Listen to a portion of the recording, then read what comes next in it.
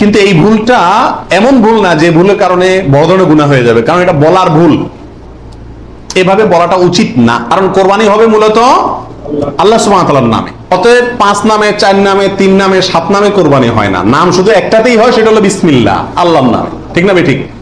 অতএব এই কথাটা বলার ভুল। এখানে বলতে হবে 7 জনের পক্ষ থেকে, 3 জনের পক্ষ থেকে, বা 3 শরিক, 5 শরিক, 5 শেয়ার, 5 ভাগ, এভাবে বলা যেতে পারে। কিন্তু বা অমুকের পক্ষ থেকে, তমুকের পক্ষ থেকে, এভাবে বলা যেতে পারে। কিন্তু অমুকের নামে, তমুকের নামে এভাবে বলাটা উচিত নয়। যদি এখানে কেউ এই উদ্দেশ্যে বলে না যে আল্লাহর সাথে শরিক করে 3 জনের নামে দিচ্ছি, এরকম কেউ উদ্দেশ্য নেয় না, সেজন্য এটা কি হবে না, শিরকে পৌঁছাবে না। আসসালামু আলাইকুম ইসলাম দরদি ভাই ও বোনেরা, দেশ এবং দেশের বাইরে থেকে যারা আমার এই গোস্ট এশিয়ার ইসলামিক চ্যানেল দেখছেন, তাদেরকে জানাই আমার আন্তরিক প্রীতি, শুভেচ্ছা, ভালোবাসা।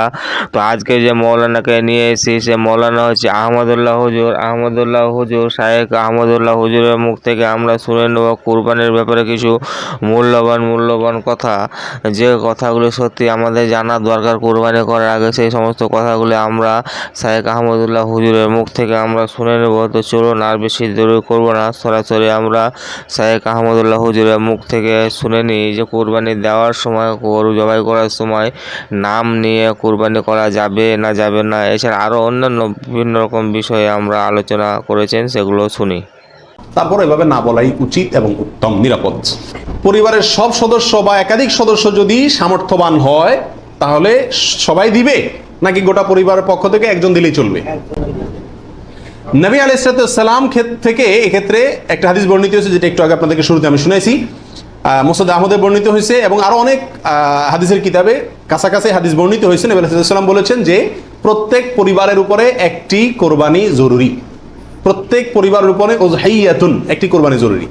আলা কুল্লি আহলি বাইতিন, এই ধরনের শব্দ তিনি ব্যবহার করেছেন, প্রত্যেক পরিবারের উপরে। এই হাদিস থেকে বোঝা যায় কোরবানি এটা এক পরিবারে একাধিক সদস্য যদি হয়, সামর্থ্যবান, তথাপি যিনি মূল কর্তা তিনি দিলেন, তাহলে সবার পক্ষ থেকে হয়ে যাবে। এর বিপরীতে ওলামা ইকরামের আরেকটি মত আছে, যেটা ইমাম আবু হানিফা রাহিমাহুল্লাহর মত। সেটা হলো কোরবানি পরিবারের একাধিক সদস্য যদি সবাই যদি সামর্থ্যবান হয়, তাহলে প্রত্যেকের পক্ষ থেকে দিতে হবে। ওনার যুক্তি, উনি বলেন নবী আলাইহিস সালামের ওই হাদিস, যে হাদিসে তিনি বলেছেন যার সামর্থ্য আছে আর কোরবানি দেয় না, সেজন্য ঈদগাহে না আসে। এখানে যার সামর্থ্য আছে প্রত্যেক ব্যক্তিকেই শামিল করে এই নির্দেশনা। বিষয়টা গবেষণামূলক, উভয় পক্ষেরই দলিল এবং যুক্তি আছে। তো এক্ষেত্রে সতর্কতামূলক মত যদি অবলম্বন করি আমরা, তাহলে প্রত্যেকেরই যার যার সামর্থ্য আছে তার পক্ষ থেকে করা যেতে পারে, এবং করলে সমস্যা হবে এটা কারোর মতেই নাই। নারী বুড়ি এটা অনেক সময় নিজেরা সাফ করতে কষ্ট হয় বা পারে না, তখন কাউকে দিয়ে সাফ করায়। সাফ করানোর পরে বলে সাফ করে দিবা, তুমি অর্ধেক নিবা, আমাদেরকে অর্ধেক দিবা। এরকম হয় কি হয় না?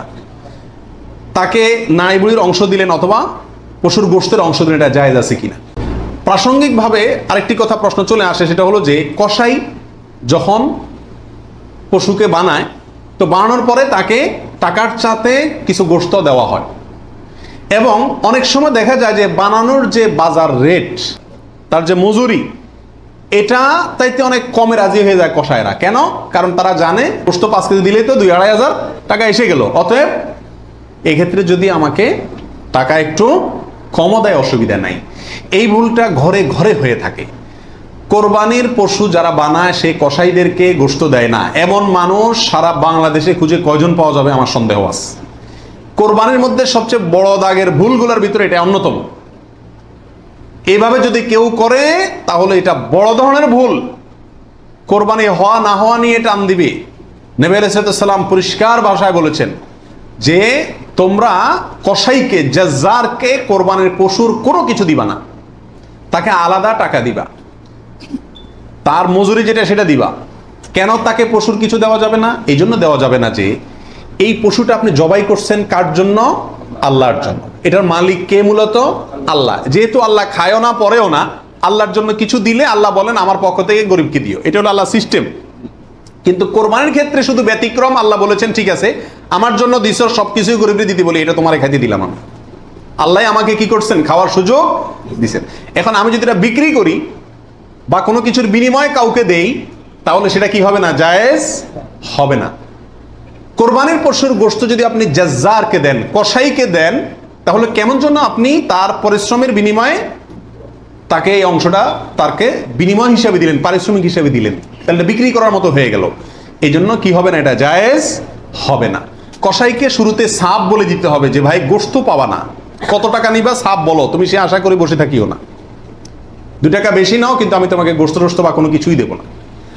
তবে হ্যাঁ, কসাই যদি আপনার প্রতিবেশী হয়, আপনার আত্মীয় হয়, অথবা অন্য গরিব মানুষ হয়, অন্য 10 জন গরিবকে যে পরিমাণ দিতেন তাকেও সে পরিমাণ দেন, তাহলে সমস্যা নেই, ওটা ঠিক আছে।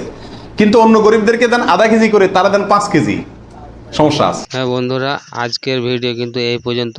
এরপরে কিন্তু আবার আমরা নতুন কোনো একটা ভিডিও নিয়ে উপস্থিত হবো। তাই বন্ধুরা, আমার এই চ্যানেলটাকে যারা সাবস্ক্রাইব করবেন তারা কিন্তু প্লিজ দয়া করে সাবস্ক্রাইব করে নিও।